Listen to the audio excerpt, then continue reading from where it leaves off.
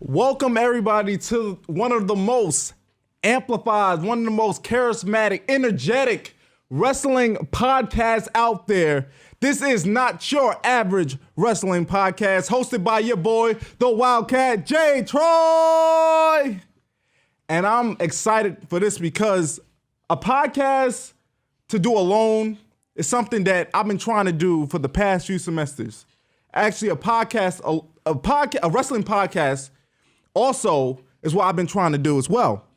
Because I do other radio shows, but wrestling specifically is what I've been trying to do. I was on the JD Asylum. We turned into the Asylum, and now it's time for me. I failed to do this on my own. You know, I'm about to graduate next year, and I just want to do this. I feel like I can do this on my own. So join me on this journey, and hopefully this doesn't end in a train wreck, okay? But anyway, let me tell you a little bit about myself if you don't know. I'm a senior at 5 Towns College, mass comm major, pro wrestling fan. I've been in the business for about a few months. I wrestled for like a few months. I've known people in the business. I've met people in the business, and people from WWE. You know, that's what I'm talking about. So yeah, I have a lot of, experience, a little bit of experience when it comes to this. But yeah, so let's get into this.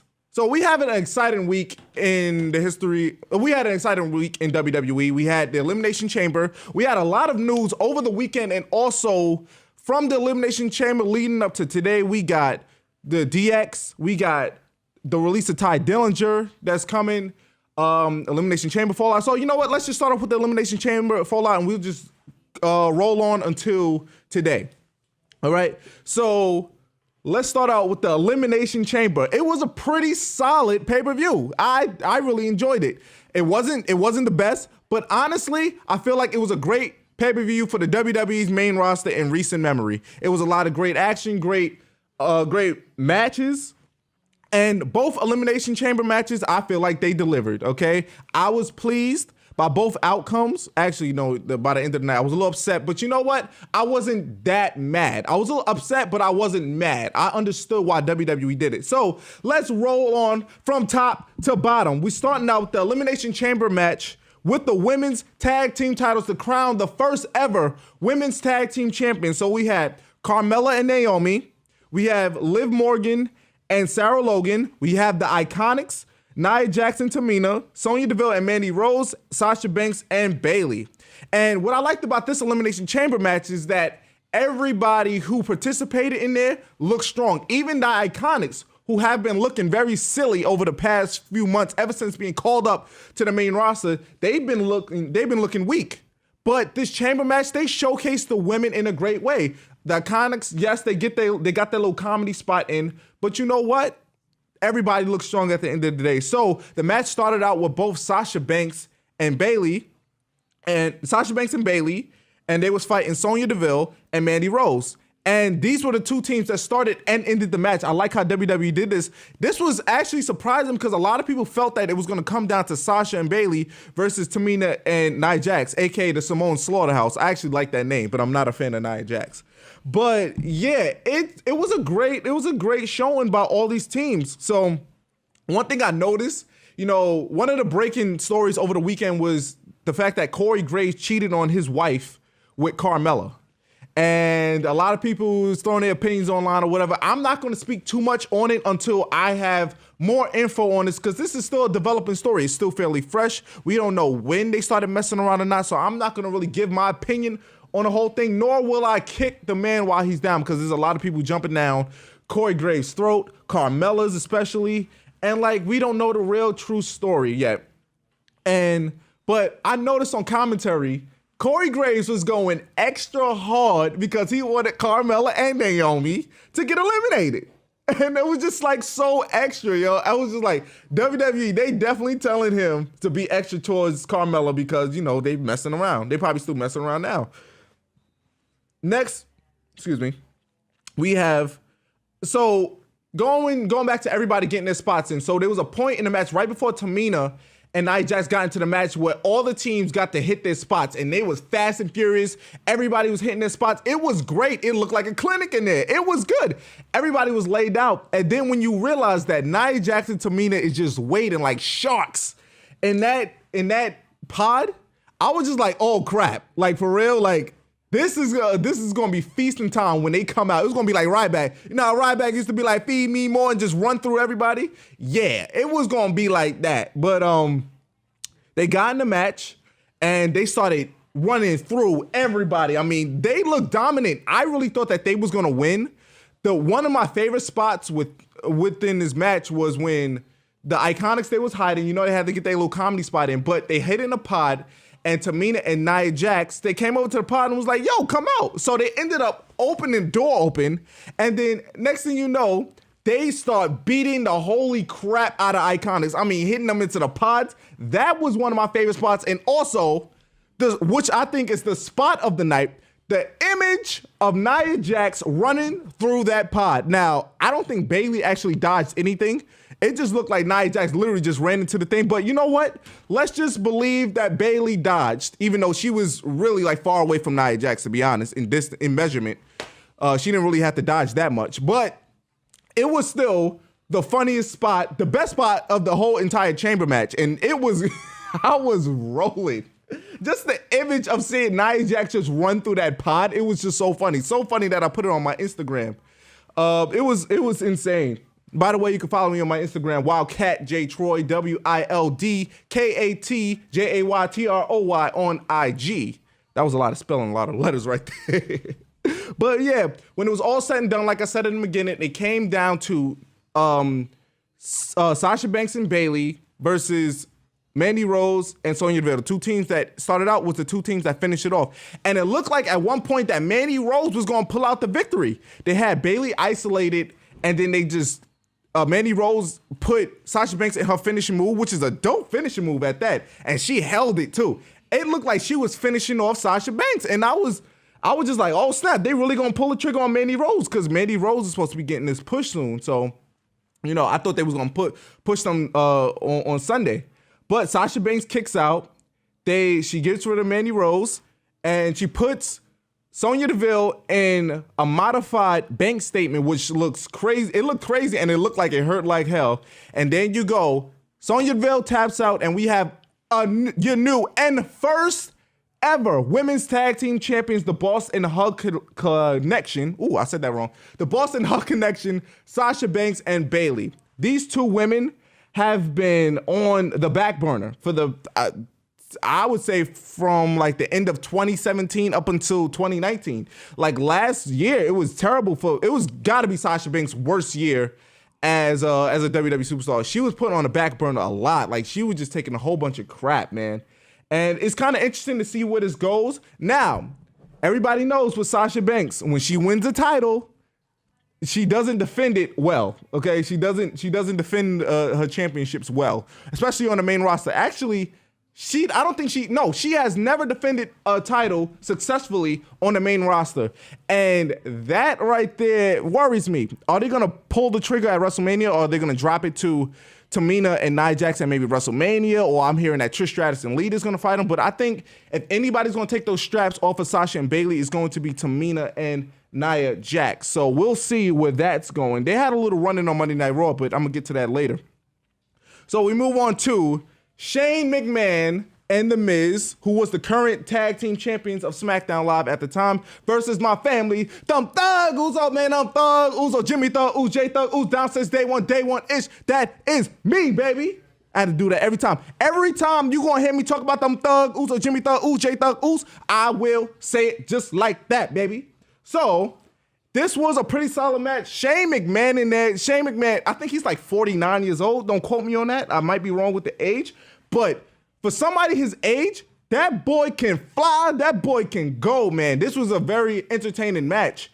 And when it was all said and done, my family, them Thug Uso, Jimmy Thug, Uso, J Thug, Uso, became 6-time WWE Tag Team Champions. And this right here came as a surprise because, you know, Jimmy Thug Uso got arrested.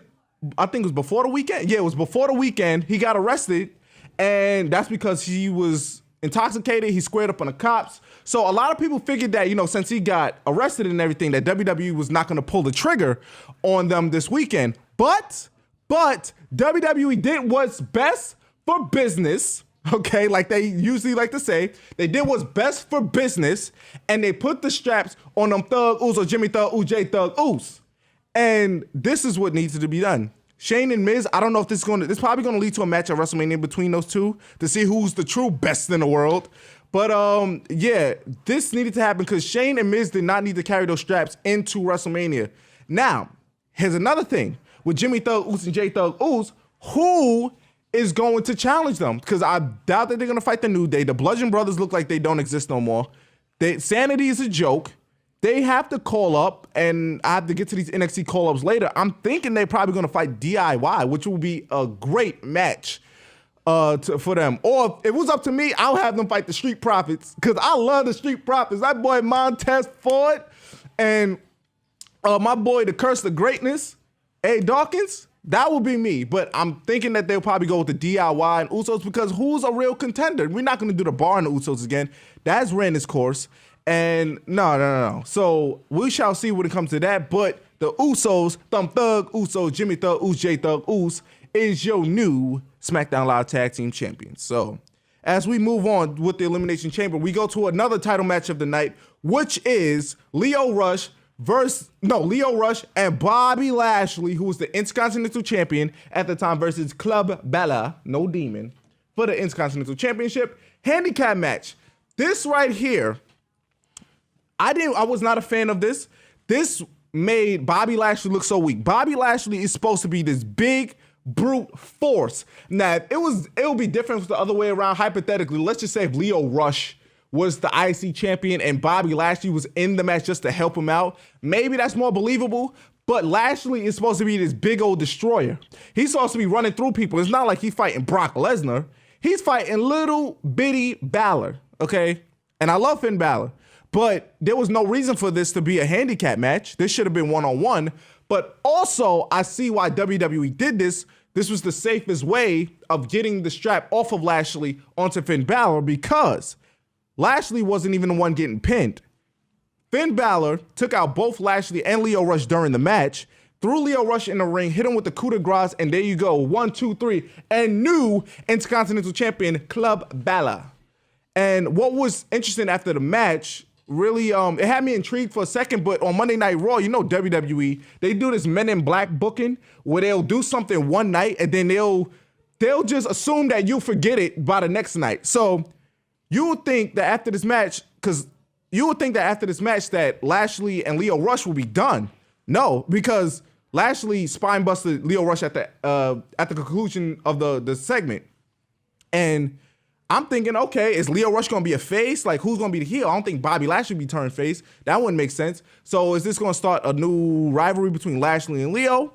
No. The next night on Monday Night Raw, they was back together, and they actually teamed up in a tag team match with Finn Balor and Ricochet. Get to that later. But yeah, I was not a fan of the handicap thing. It just made Lashley look weak. Lashley's supposed to be this big old black destroyer, okay? He's supposed to be running through folks, man. He's supposed to be the black Brock Lesnar. But I don't know. I wasn't a fan of this. And Lashley, I felt like he should have had that title until WrestleMania. But I have another plan on what should be the IC title match for WrestleMania if they don't do another multi-man ladder match for the strap. We move on to Ronda Rousey versus Ruby Riott for the Raw Women's Championship with Charlotte Flair by ringside to watch. We already knew there was going to be a segment after, but WWE did something with Ronda Rousey that she should have been doing a long time ago. She should be running through folks, okay? What needed to happen happened. She needed to destroy Ruby Riott. And might I say, I loved her gear. I love Ronda Rousey's gear. She was dressed up as Sonya, I think it was Sonya Blade from the Mortal Kombat series. She should actually use that gear more, because I'm not a fan of her current gear. I like this Sonya Blade gear. It made her look more of a threat. I like that. And it did help that she just came in there and ran through Ruby Riott in maybe less than 2 minutes. Like, that was great, man. Like, that was great. That needed to happen. But what happened after the match was really important because, yeah, Charlotte Flair, she comes in the ring. She's getting all cocky. You know, she's doing her typical old great Charlotte Flair-esque promo. And next thing you know, we see Becky Lynch, the man who's supposed to be suspended for 60 days until 5 days after WrestleMania. I think that's what Vince McMahon said. So she comes out, and this is what I noticed. WWE has the worst security ever.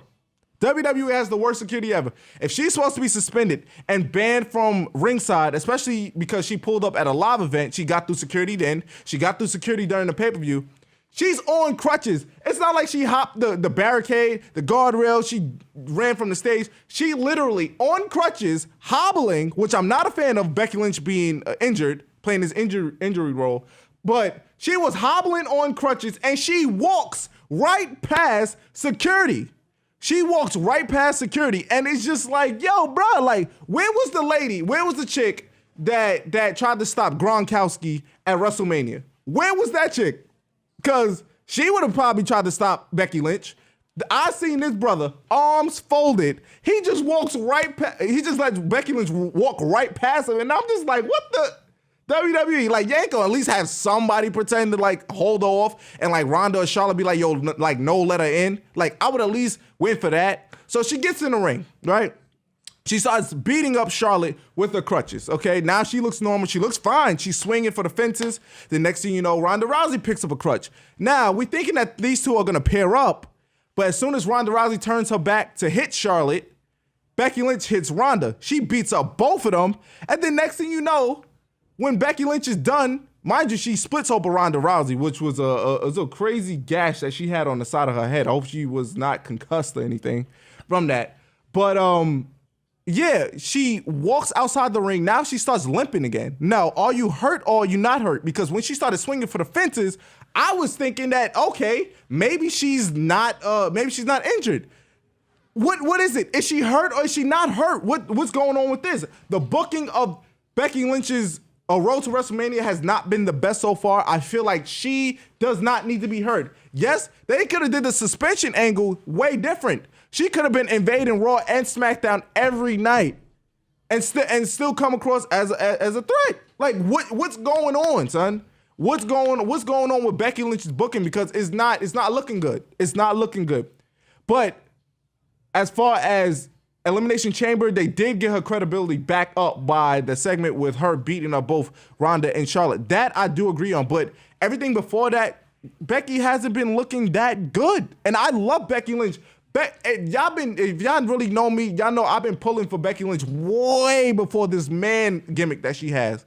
Way before. I got Becky Lynch autographed on my belt. She autographed my belt. I love that woman. Like, she is so awesome. And but as far as this booking going into WrestleMania, now hopefully they make a turnaround. Maybe after Fastlane, things might get better. Maybe her knee will start healed up, because if she's hobbling into WrestleMania, I am not with that whatsoever. I'm not with it. So we move on to Braun versus Baron Corbin. I got a question for everybody that's listening. Who wanted to see this match? Now, I know everybody that follows me on social media knows that I love Baron Corbin and I love Braun Strowman. But who wanted to see this match? We didn't want to see this match in 2018, and we don't want to see it now. It was supposed to be no disqualifications. And then next thing you know, during the match, it wasn't even that impressive. But what happens during the match, it makes us forget that it was an actual match, because Drew McIntyre and Bobby Lashley comes out, and they beat up Braun Strowman like they did before in 2018, like around the Crown Jewel time, like after Crown Jewel, like the same typical beatdown that they did on Strowman before. It happened again, but they did a triple power bomb on Braun Strowman through 2 stacked tables. And I was just thinking to my head, are they planting the seeds for Roman Reigns' return? Because instantly I started thinking about that, because all the finishers, everything that they could have done to Braun Strowman during that segment, everything that happened, of all moves to finish him off, was a triple powerbomb. Like, in my head, especially after Monday Night Raw when Dean Ambrose had that segment with Drew McIntyre, are they planting the seeds for Roman Reigns' surprise return? Because, I keep hearing that Roman Reigns is in good spirits. Roman Reigns has been looking healthy. Roman Reigns has been looking good. So, I don't know. Maybe he's coming back way earlier than we expected, but we're going to find out around WrestleMania time. But why would they do a triple powerbomb? And then, mind you, I get to the Monday Night Raw segment. There was no continuity with the whole team of Baron Corbin, Lashley, and Drew McIntyre. But I'm going to get to that later. So we move on to Lacey Evans, the Southern lady. She walks in and she walks out. Now, we've seen this before with Fandango. Fandango was something different. People wouldn't pronounce his name. He would come out, but then he would come out, but he would walk to the back. We've seen this in some way by WWE before. So she walks out. She doesn't say nothing. She doesn't even come to the ring. She literally just turns around midway to the ring and walks back up the stage. Now, I see that this is her gimmick.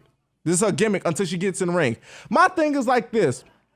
Lacey Evans, the Southern lady, when she debuted in the Royal Rumble, I was not impressed. She was green as hell, and she was botching left and right. I will never forget her trying to do a kip up and her landing on her butt. Like, she fell flat on her butt. Like, it was just like, this is who y'all trying to push because she's blonde?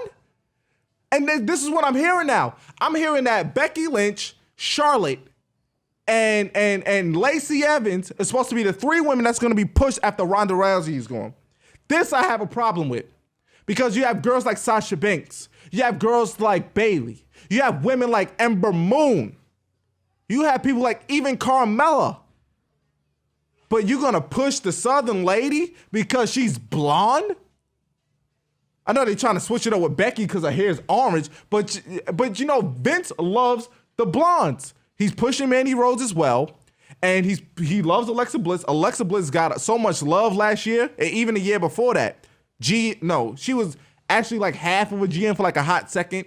She was champion on both brands. So like this whole blonde thing is like really, it's always been a problem, but like now you really have great talents like Ember Moon just sitting in catering. But you're gonna push Lacey Evans, who's green as hell? You're gonna push Lacey Evans because she's blonde and she has the military background. Now, I do say she has potential, maybe in a few years. I definitely see her being pushed because of that military background, but I feel like she's still green. And people like Ember Moon, Sasha Banks, Bayley should all be in that spot. Naomi, how can I forget about my family like that? Naomi's part of my family too. She should be getting pushed too. And Lacey Evans, speaking about her, I'm hearing that she's supposed to be fighting Asuka at WrestleMania. You mean to tell me all the talent that you got in NXT, you have Shayna Baszler, you have Io Shirai, you have Bianca Belair, you have Kairi Sane, and the biggest match for Asuka is Lacey Evans? Lacey Evans. That's what you're going to give Asuka at WrestleMania. And I'm going to get to Asuka's booking in a second when I get to SmackDown. Because what happened on SmackDown should not have happened. That was blasphemy. That was ridiculous. So, as we go on to the main event of the night, which is Kofi Kingston, Jeff Hardy, Randy Orton, AJ Styles, Samoa Joe, and Daniel Bryan in the Elimination Chamber for the WWE Championship. And I'm going to be honest, the women's Elimination Chamber match, in my opinion, was better than the men's. The story, though, in this whole chamber was Kofi Kingston and Daniel Bryan. Was Kofi Kingston going to win? And my, oh my, they had a match within a match because once everybody was eliminated, they went for at least another maybe like 10 plus minutes by themselves. So we tend to forget that there was other people in there. But of course, the other competitors, they hit their spots. It was good. Jeff Hardy swanton bombed to AJ Styles. That was dope. From the pod to the turnbuckle, that was dope. A little dangerous. But I feel like what they did with Kofi Kingston, after thinking about it now, I was upset the fact that he lost. But if he wins if this is leading to a match, which I pray, if this is leading to a match at WrestleMania, I am all for it. I'm all for it. I'm all for it. Somebody like Kofi Kingston, who's been in this company for what they kept saying, 11 years? 11 years, and that boy can still go. We tend to forget that the people in the New Day are great competitors. Xavier, Big E, Kofi Kingston, all these men need a push. They need a singles run. They need a singles run, but Daniel Bryan beats Kofi Kingston, and the whole energy in the arena was just sucked out. It was just sucked out. And you could just tell that people just wanted Kofi Kingston to win. And then his brothers, Big E and Xavier Woods, came out to just console him, just to sit next to him. And they didn't really say, I mean, they did try to calm down, but then I just like that image of them two sitting next to each other, like all sitting with each other and just sitting next to Kofi Kingston. Just saying like, yo, you got this next time. You got this next time. And that's going to happen next time. Kofi Kingston is fighting Daniel Bryan at Fastlane, which I'm excited about. Now, I'm gonna get to how they gonna book that later. But that was the conclusion of the Elimination Chamber. Like I said before, it was a pretty solid night.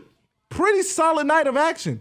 And I think the only problems for me was the Baron and Braun match, the Lacey Evans, and we had the Finn Balor, the Bobby Lashley Finn Balor. How that match just went down. I just wasn't a fan of that. I'm happy that Balor won the title, but they could have just did that way better for me. If Lashley was gonna drop that belt, they should have did it differently.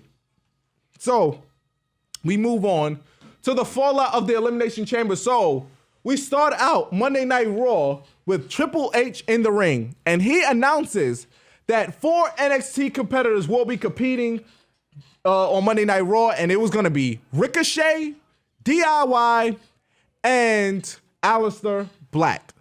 I have a big problem with how this happened.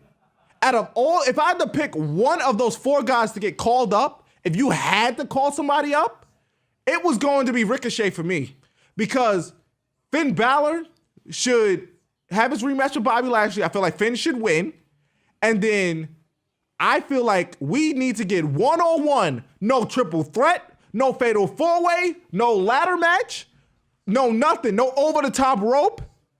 We should get a one-on-one match between Ricochet and the Demon, Finn Balor, for WrestleMania. You talk about, people like to talk about one of the all-time great ladder match, one of the all-time great Intercontinental Championship matches, which was Ricky the Dragon Steamboat and Macho Man Randy Savage. This match could be on that same exact level. I feel like Ricochet and Finn Balor should fight for the IC title at WrestleMania. But they should have still called them up after Fastlane if they was going to do it. I feel like Finn Balor should have disposed of Lashley. He should have disposed of Lashley, got rid of Lashley, and then the next night, let's just have Finn Balor do an open challenge. Not really an open challenge. He'll just cut a promo and then Ricochet comes out. You can do something like that. But out of all these competitors, I feel like Ricochet probably should have been the only, if I had to pick one, Ricochet. I would have saved Aleister Black and DIY to post-WrestleMania. Maybe they'll get called up with I don't know what they was thinking. But their ratings did spike for both shows. That it was a plus. The ratings did go up for both shows. But I feel like calling them up, I would have did that way much more differently. I was not a fan of it. And it was just so lackluster. It's just like they was in matches, okay? And then you have guys who was on the main roster, who has been on the main roster, just lose. Like Elias should not be losing. Elias should not be losing matches. He should be winning. You could have had anybody in that spot if you was going to do a squash match. Neither one of these men should have been fighting each other. Because if you're going to debut, yes, you should win your debut match. But not against Elias, who needs victories to be taken seriously. That man could be a freaking superstar, but WWE is not using him right. It is criminal. It's criminal what they doing to Elias. Criminal. Then we got the Revival. The Revival. They just won tag team championships last week. And then this week, they have them fighting DIY. All the teams they could afford. Where's the B team? Where's the B team? Where's the B team? If you're going to do this, why are you going to have them fight the Revival? They just won the titles last week. Now they're already losing. Already losing. How are you going to take them seriously as title holders? If they're going to lose. They lose the next week after they won it. How are you going to have that? If you was going to have them if you was going to have them go through somebody, I would put them in there with the B team. What are they doing? Eating catering. They're not doing that. Or the Ascension. The Ascension. I still don't know why they're employed, but you can use them. They could be in the ring instead of collecting checks. Sitting in the back eating catering. The Revival should not be losing matches, especially after just winning the titles last week. Last week, they need to be getting built up. They need to be running through people.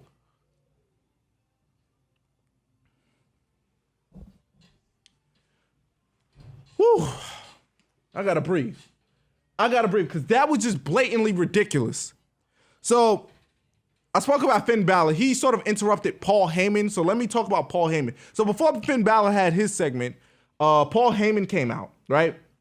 So he's cutting his usual Paul Heyman-esque promo. Brock is gonna do this. Brock is gonna do that. I don't know if anybody else is tired of hearing Paul Heyman talk about Brock Lesnar.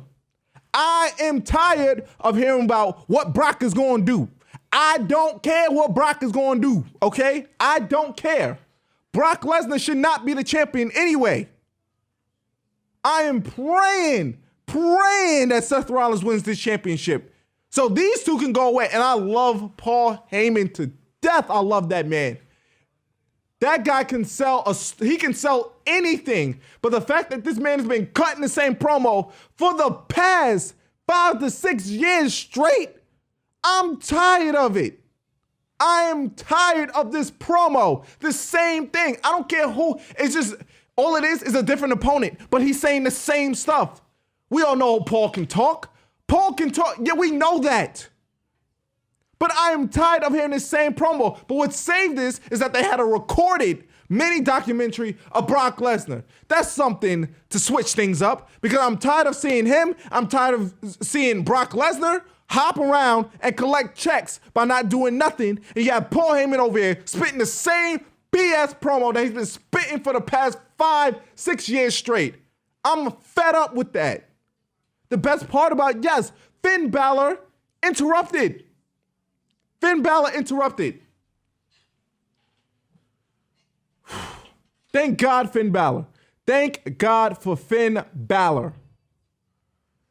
So Finn Balor has a match with, actually, you know what? He has a match I do with either, was it Lio Rush? Or it was one of them, right? He's had a match with Lio Rush or Bobby Lashley, one of them. And then, or Lashley comes out, or anyway, it was just an attack on Finn. No, it wasn't even a match. It wasn't even a match. You know what? They came out, they beat up Finn Balor, and then Ricochet comes out. So this is how Ricochet makes his debut. Now, this is a great team on paper. I would love to see these two in the future maybe go for some tag team titles because I feel like these two look great together as a tag team. But this is not the way to debut Ricochet. This is not the way to do it. I would have him, now maybe this is going, I'm praying that this is leading to a one-on-one match at WrestleMania. Not a ladder match that features Ricochet in it, fighting for Finn Balor's title. A one-on-one match for the IC title. That's what I want to see. So they had the tag team match with Lashley and Leo, and they win. Ricochet looks great in there. He does his, was it 630? I think that's the name of his move. Don't quote me on it. But that move is crazy. I want to know how he does that move and not hurt himself. That joint is crazy. That rotation, and he's just so precise. The precision on that move is just crazy. But they win the match in spectacular fashion. But where does Lashley and Leo, excuse me, who was just arguing the night before? Lashley beats up Lio Rush, and the next thing you know, they're fine now. They're perfectly fine. This is the Men in Black booking that WWE does. All this Men in Black booking, they expect us to forget that Lashley picked Lio Rush up and slammed them into the mat the night before. So now they fine. They talked about it. How am I supposed to believe that? How am I supposed to believe that? The booking sometimes is a joke, and I love this company to death, but they be booking some crap.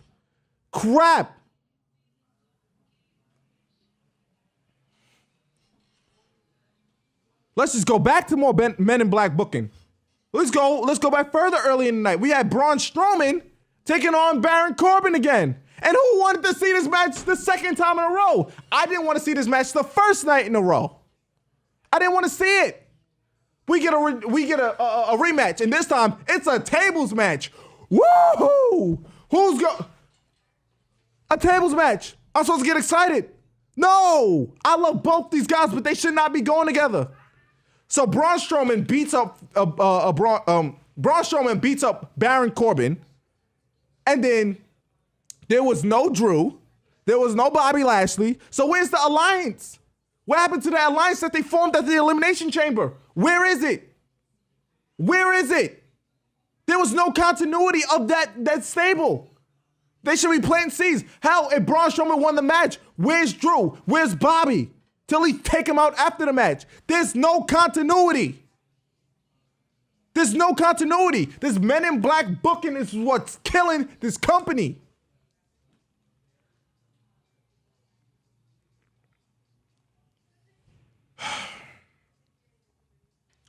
So, Heavy Machinery has a promo on stage, I do believe with Charlie Caruso. And this was just a weird segment. Heavy Machinery, I was a fan of NXT. Otis Dozovic, I like that guy. He's crazy entertaining. But I guess they're the modern day Bushwhackers now. Because they was even doing the Bushwhackers thing, but they remind me of a modern day Bushwhackers. So we had them, and then Lacey Evans, the Southern lady, comes out, she walks down, she walks back. So Heavy Machinery does what she did, but in Bushwhackers fashion, they walk like the Bushwhackers up and down the ramp, and then that was that segment. It was weird. Get Heavy Machinery in some matches. Get them in some matches. Where's the Ascension? Get them in there. Have them start getting some momentum. But you waste them in a segment that nobody cared about. We have a tag team match between the Lucha House Party versus Hawkins and Ryder. Hawkins and Ryder, they lose. Kurt Hawkins takes another fall. And that was, oh my gosh. What are they doing with Zack Ryder? What are they doing with Zack Ryder? This man should have been a multiple-time mid-card champion by now. I mean, he won the IC title, but he lost it the next night. He was the U.S. champion, and he didn't keep it for that long. Zack Ryder is a great wrestler. Zack Ryder could at least been a decent mid-carder. And I'm a fan of the Major Brothers coming back together. Hopefully they get some wins under their belt. Maybe they'll be the team that beats the Revival at WrestleMania. I don't know. Early prediction. Maybe that's how Kurt Hawkins' losing streak ends. Him winning at WrestleMania. Maybe that'll happen. Actually, no. Actually, maybe. I don't know. Maybe they'll somehow find a tag team match against the Revival, and that's how they win the titles or whatever. I don't know. But the Raw's tag team division and SmackDown's tag team division, the only good thing about SmackDown's tag team division is the Usos being champion. Now, who are they going to fight? Same thing for the Revival. Who are they going to fight? We don't know. Kevin Owens segment. I love Kevin Owens segments. This with him being at the bowling alley. I think this one he was at the movie theaters. And I'm guessing he's supposed to come back as a face. He's more of a family man now. So family man Kevin Owens is coming back. He's going to be a face. And I'm actually intrigued for a face Kevin Owens. He's been a heel for the majority of his time in WWE, and I would love to see him as a face. I want to see how this goes. I'm a fan of KO. I feel like he can sell both face and heel. He's just that good. But it's kind of intriguing what brand he's going to end up on. I kind of want him to go back on SmackDown. But we shall see. Maybe he'll come back when the shakeup happens. He keeps saying he's a month away. Maybe he'll come back at Fastlane. Maybe he'll come back at the shakeup. I don't know. But we shall see. Move on to, we had the main event, which was Ruby Riott and Ronda Rousey in a rematch. I'm not even going to speak too much on this. Ronda Rousey wins, and it was a longer match. Definitely a longer match, and it was pretty solid. Ruby Riott definitely worked great in the ring, and Ronda Rousey looked dominant. I think she beat up everybody in the Riott Squad. But where was Charlotte or where was Becky? I guess they don't want to keep having Becky coming in and out of the arena. Maybe she definitely got to be there next week. But there was no even Charlotte. There was no promo. There was nothing. Raw just went off so awkwardly. It was just she won, and then that was it. We just go on to the next show. Raw just ended so awkwardly. And another thing that they announced during the Raw was the first inductees into the Hall of Fame this year. It's finally WrestleMania season. WWE, you're about a month late from when you usually announce who's going to be inducted first. But finally, we know who's going to be inducted, headlining the Hall of Fame this year. And it's going to be D-Generation X with China. Now, it's good, and this is a good and bad thing. The good thing is DX is getting recognition because they are, hands down, one of the greatest wrestling factions of all time. Yes, big part of the Monday Night Wars, the Attitude Era, and they was one of the reasons why WWE fought, like they had a good shot with fighting back with the NWO and WCW. That was their retaliation. So it was the huge part. Yes, they should get recognition. But this was WWE's easy way out of inducting China and shutting everybody up without inducting her by herself. Now, China came in as a member of D-Generation X, and yes, she was one of the big members of the faction, but China has did things outside of DX. She was the first woman in the Royal Rumble. Do believe she was a 2-time Intercontinental Champion. She won men's titles. She won men's championships. She had the whole storyline, famous storyline with her and Eddie Guerrero. One of the best storylines from around that time. One of the best love interest angles around that time. China and Eddie Guerrero. She did so much stuff. She has trailblazers. She has helped so much when it comes to women's wrestling, the evolution. She should be inducted by herself. She should have already been in the Hall of Fame, and then it would have been so much more better to induct her again as a member of DX. But this was WWE's way of shutting us up. Like, yeah, okay, we inducted into the Hall of Fame. Now y'all can shut up. WWE, y'all better induct her by herself, because that'd be so wrong. This woman has did so much for this business. And you're just going to have her inducted with the rest of the faction? D-Generation X, yes, like I said before, one of the greatest factions of all time. But this was taking the easy way out with having China being inducted this way. She needs to be inducted by herself. I have a huge issue with this. Huge issue. This is why people don't really take the Hall of Fame these days seriously. They look at it as a joke. They look at it as a joke. Hell, people who have been inducted, they don't even look at it as seriously no more. People who should have been in the Hall of Fame, it's not in. Vader, which was a crime, what they did with Vader. This man went on Twitter and said that he has less than 2 years to live. And WWE, he should have been headlining. He should have been headlining or one of the big names announced for that next year's Hall of Fame. And the fact that Vader can't even do that because he's dead. He He can get inducted like they did with Macho Man, but Vader won't be giving his speech. We want to hear Vader's speech. We want to hear Vader's stories. We wanted to hear all of that, but we didn't get it. WWE, they waited, and the fans, we was like, WWE, induct Vader. They let that Hall of Fame class go by. They didn't even announce his name, and then that next year he's dead? The next year the man is dead.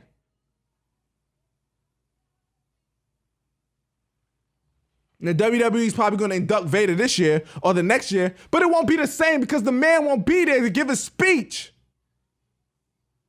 Thank God they did it with the Ultimate Warrior the right time. Because 2 days later, after, 2-3 days later, after he got inducted, he drops dead. They saved themselves when it came to the Ultimate Warrior. But Vader was a crime, and China was the same way. China wanted to get into the Hall of Fame. She was petitioning her fans. She was telling her fans to tell WWE to put her in the Hall of Fame. Her Twitter handle was China WWE Hall. It was something, China for Hall of Fame, something like that. She put it in her Twitter handle. This woman put it in her Twitter handle. She was supposed to get inducted by herself. And all because the lady did porn? You don't want to induct her? There's so many people in that company that did so much bad crap. And they still acknowledge them. She did a few videos. I love Paige to death. But she had a whole sex tape. What she did to that NXT Women's Championship was a disgrace. She did a sex tape. She was naked. She was having sex with other WWE wrestlers, Xavier Woods.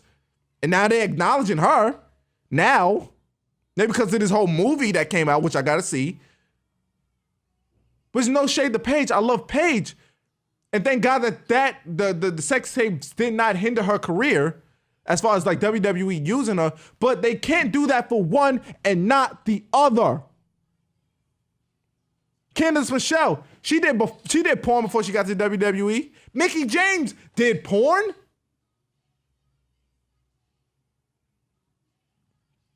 But no, you don't want to induct China by herself because of what she did.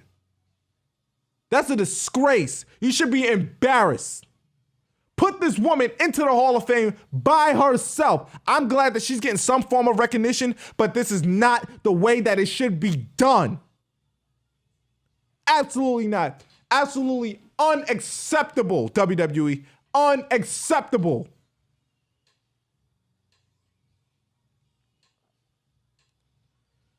Catch my breath. I'm just disgusted with that. So we got SmackDown Live, right? Move on to that before the show ends. We got about like 12 minutes left.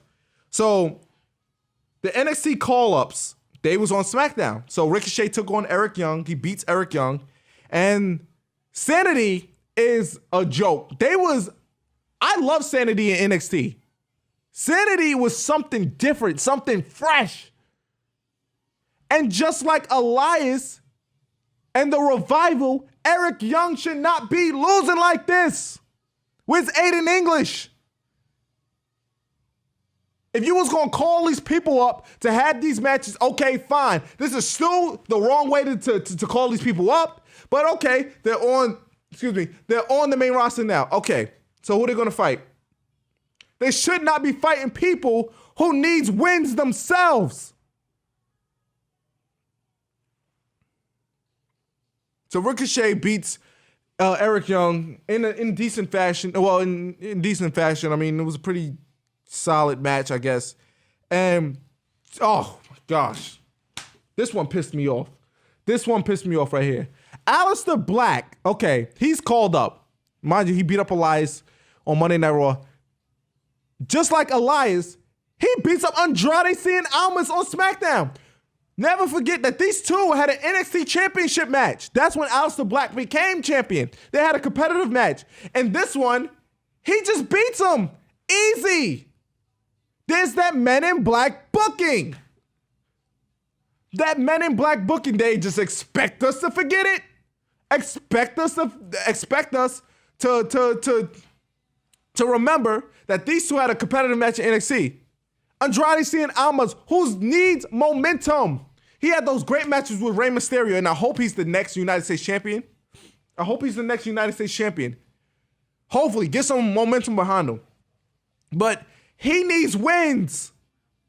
Andrade Cien Almas should not be losing like this. They put these people in these matches with people who do not need to be losing.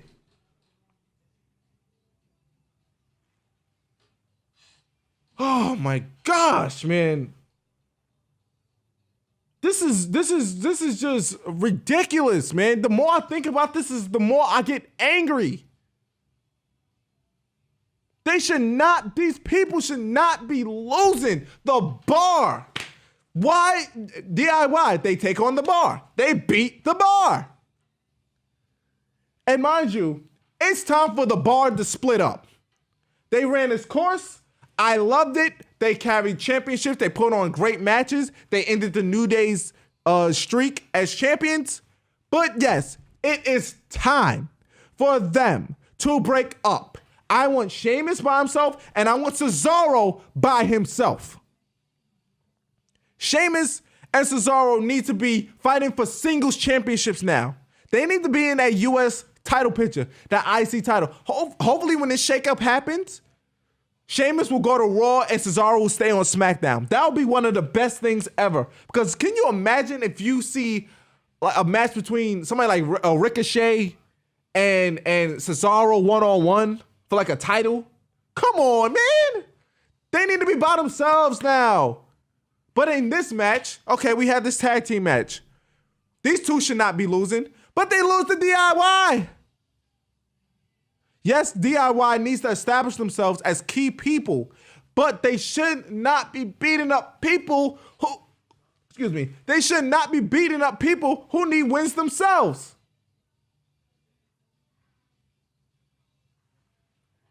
This stuff should not be happening. This stuff like this should not be happening. Oh my God, I'm about to give it, oh my gosh. This one right here is really gonna piss me off. This one right here. So we have Asuka. We haven't seen Asuka. She's been in obscurity for God knows how long. Asuka finally shows up. They remind her that she was dominant, all this stuff, right? So she has a match with Mandy Rose. Lacey Evans, the Southern lady, comes out there. She walks in, she walks out, distracts Asuka, but Asuka somehow does not lose from that way. Okay? She loses. Yeah, Asuka loses to Mandy Rose fairly clean. Yes, she got hit with the ropes and then she got rolled up. But this was somebody that had an undefeated streak for over 500 days. I don't remember the real amount, but she has one of the longest title reigns in company history. And they reminded us of that. And she gets rolled up so easily by Mandy Rose. A pretty clean pinfall over Asuka. Stuff like this should not be happening. Asuka made Becky Lynch, who they're trying to book strongly. They're trying their best. Becky Lynch is supposed to be the next Stone Cold. That's what everybody's trying to say. So yeah, so she's supposed to be this next Stone Cold, but she taps out to Asuka. Okay, that should not have happened. Becky Lynch should have passed out. Okay, so now that's done. Okay, so this is the person that beat up Becky Lynch, the next Stone Cold. That's what everybody want to say. Okay. She gets rolled up by Mandy Rose. So you mean to tell me Mandy Rose she's just as good to beat Becky Lynch now? Where was they going with this? Now it's probably going to lead to a match between them two at Fastlane to put off that so they could get Lacey Evans and Lacey Evans and Mandy Rose. Lacey Evans and Asuka at WrestleMania, which should not be happening. I want Asuka versus Kairi Sane. That's WrestleMania right there. Asuka versus Io Shirai. That's WrestleMania right there. I don't want Lacey Evans, who's still green. Like I said before, she has potential. Yes, she's athletic. She can move. But she's still green. She's still green. And she's only getting pushed because she's blonde.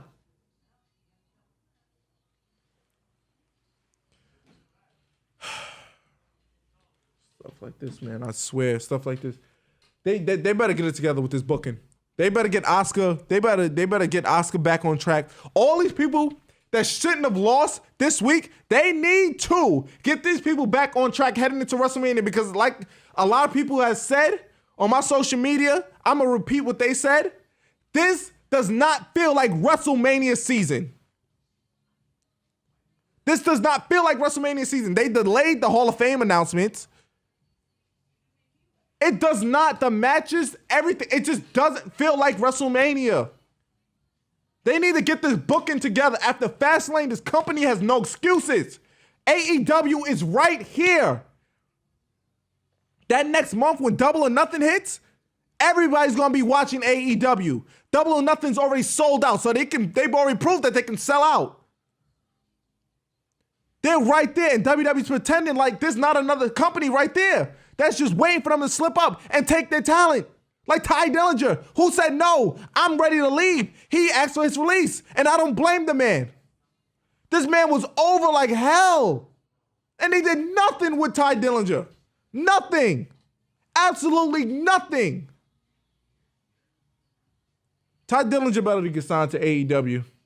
I know he's probably ain't going to show up until maybe like the summer. I don't know if his contract will be up. Well, the no compete thing will be up before the 90-day thing. I don't know, but I think Ty Dillinger will be showing up in AEW. So you might see that soon. But yeah, as far as the rest of SmackDown, we have another rematch that's going to happen at Fastlane. Usos versus Shane and Miz. I expect the Usos, my family, them Thug, Uso, Jimmy Thug, UJ Thug, Us, to retain the championships at Fastlane so they can head into Mania as champions. And I think they're going to probably fight DIY, to be honest, for the titles. That's like the only big match I see the Usos going with at WrestleMania that can deliver, because I don't want to see the Bar. I hope to not see the New Day, because Kofi Kingston needs to be fighting Daniel Bryan for the WWE title. He pinned Daniel Bryan again. He pinned Daniel Bryan again on SmackDown in the main event. And he pinned him fairly clean. Kofi Kingston had a burst of energy, but my thing is like this. I'm not hating on this completely, but where was this in the chamber? Where was this in the chamber? Like I said, Kofi Kingston, he should have lost, but it was just like, okay, he loses. There was no build up to this win. There was just like, okay, he loses this night, and then the next night he just wins. He just beats Daniel Bryan without a problem. But I'm happy that he's fighting Daniel Bryan at Fastlane, which I think this should happen. This match has to end in schmozzery in order for it to go on until WrestleMania. It has to end in like a disqualification. That way we'll care enough about having another one-on-one match at WrestleMania where Kofi Kingston hopefully becomes WWE champion. The only other person I see fighting Daniel Bryan, though, is maybe Bray Wyatt or whatever, but I don't want to see that right now, because after what they did with Kofi Kingston and the fact that he's over like hell, he's white hot again like right now. This reminds me of the Kofi Kingston of 2009 when he was going against Randy Orton. He's getting that momentum back. We tend to forget that these members of the New Day can shine on his own. I'm waiting for Big E. Big E needs that singles run. But Kofi Kingston, they can start with Kofi Kingston by giving him the WWE title. Yes, I want to see that. I want to see Kofi Kingston versus Daniel Bryan for the WWE title at WrestleMania. That's my match. Book it with Kofi Kingston becoming your new WWE champion. That's what needs to be happening. That's what needs to happen. That's what needs to happen. This company needs to get some stuff together. As far as the Chamber, the pay-per-view was great to me. It had a few hiccups, but it was a pretty solid show. I enjoyed that. Raw and SmackDown, yes, we have Aleister Black, DIY, and Ricochet, but their booking, along with other people's bookings, is all over the place. DX being inducted into the Hall of Fame, yes, I'm for that, but not inducting China this way. I'm not for it. I'm not with it. They need to get their stuff together. So I hope if y'all listen for this long, y'all can take a breather. I know y'all listen to me for this long, and this is my first episode. I know it wasn't perfect, but I'm getting there. This is my first show by myself. And if y'all really listen to this for this long, or like just skim through it just to hear bits and pieces, I understand this could be long. If you just skim through some parts to hear me get amplified, I respect that too. I really hope y'all enjoyed this, and I will be back next week with episode 2 of Not Your Average Wrestling Podcast, hosted by your boy, the Wildcat J. Troy. And I'm signing out.